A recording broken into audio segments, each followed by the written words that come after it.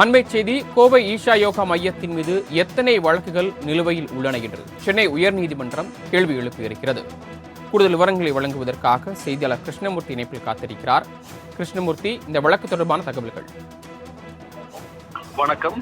கோவை வடவள்ளியைச் சேர்ந்த முனைவர் எஸ் காமராஜ் என்பவர் சென்னை உயர்நீதிமன்றத்தில் தொடர்ந்துள்ள ஆட்கொணர்வு வழக்கில் தனது 2 மகள்கள் கீதா மற்றும் லதா ஆகியோர் ஈஷா யோகா மையத்தில் யோகா கற்றுக்கொள்ள சென்றார்கள் என்றும் அங்கேயே தங்கிவிட்டதாக தெரிவித்திருக்கிறார்.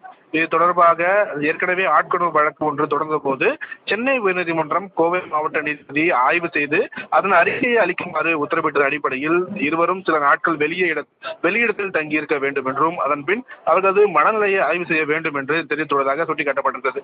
தங்களை தொந்தரவு செய்யக்கூடாது என்ற மகள்கள் சிவில் வழக்கு தொடர்ந்துள்ளதாகவும் இதன் காரணமாக தானும் தனது மனைவி மன ரீதியாக கடுமையாக பாதிக்கப்பட்டுள்ளதாக அந்த மனுவில் அவர் தெரிவித்திருக்கிறார். தனது மகள்களை தனி அறையில் அடைத்து வைத்து துன்புறுத்தப்படுவதாக தெரிய வருவதாகவும் ஈஷா யோக மையத்திற்கு எதிராக எந்த ஒரு போராட்டத்தில் ஈடுபடக்கூடாது என்றும் அப்படி செய்தால் சாகும் வரை உண்ணாவிரதம் இருப்பேன் என 2வது மகள் மூலமாக நிர்பந்திக்கப்படுவதாக தெரிவித்திருக்கிறார்.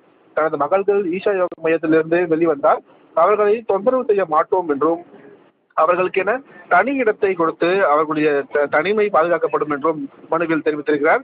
எனவே 2 மகள்களை மீட்டு சென்னை உயர்நீதிமன்றத்தில் ஆஜர்படுத்த வேண்டும் என்று அவர் கேட்டுக்கொண்டிருக்கிறார். இந்த வழக்கு நீதிபதிகள் எஸ். சுப்பிரமணியம் மற்றும் நீதிபதி சிவநாதன் அடங்கிய அமர்வு முன்பு இந்த விசாரணைக்கு வந்தபோது மகள்கள் இருவருமே நேரில் ஆஜர்படுத்தப்பட்டனர். அவர்களிடம் நீதிபதிகள் தரப்பில் விசாரணையும் நடத்தப்பட்டது. பெற்றோர்கள் தங்களை கேவலப்படுத்துவதாக மகள்கள் தெரிவித்த போது அதற்கு நீதிபதிகள் குறுக்கிட்டு, நீங்கள் முற்றும் துணிந்த ஞானிகளான பின் அதை ஏன் பொருட்படுத்துகிறீர்கள் என்று குறிப்பிட்டார்கள்.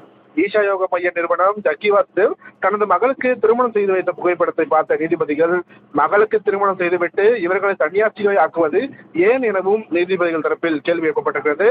தொடர்ந்து தாங்கள் யாருக்கும் எதிராகவும் இல்லை என்றும் ஆதரவாகவும் இல்லை என்றும் தெரிவித்த நீதிபதிகள் இது குறித்து பல சந்தேகங்கள் உள்ளதாக குறிப்பிட்டிருக்கிறார்கள்.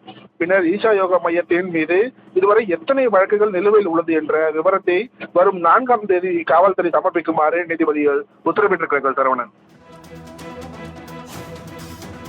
தாங்கள் வழங்கிய தகவல்களுக்கு நன்றி கிருஷ்ணமூர்த்தி.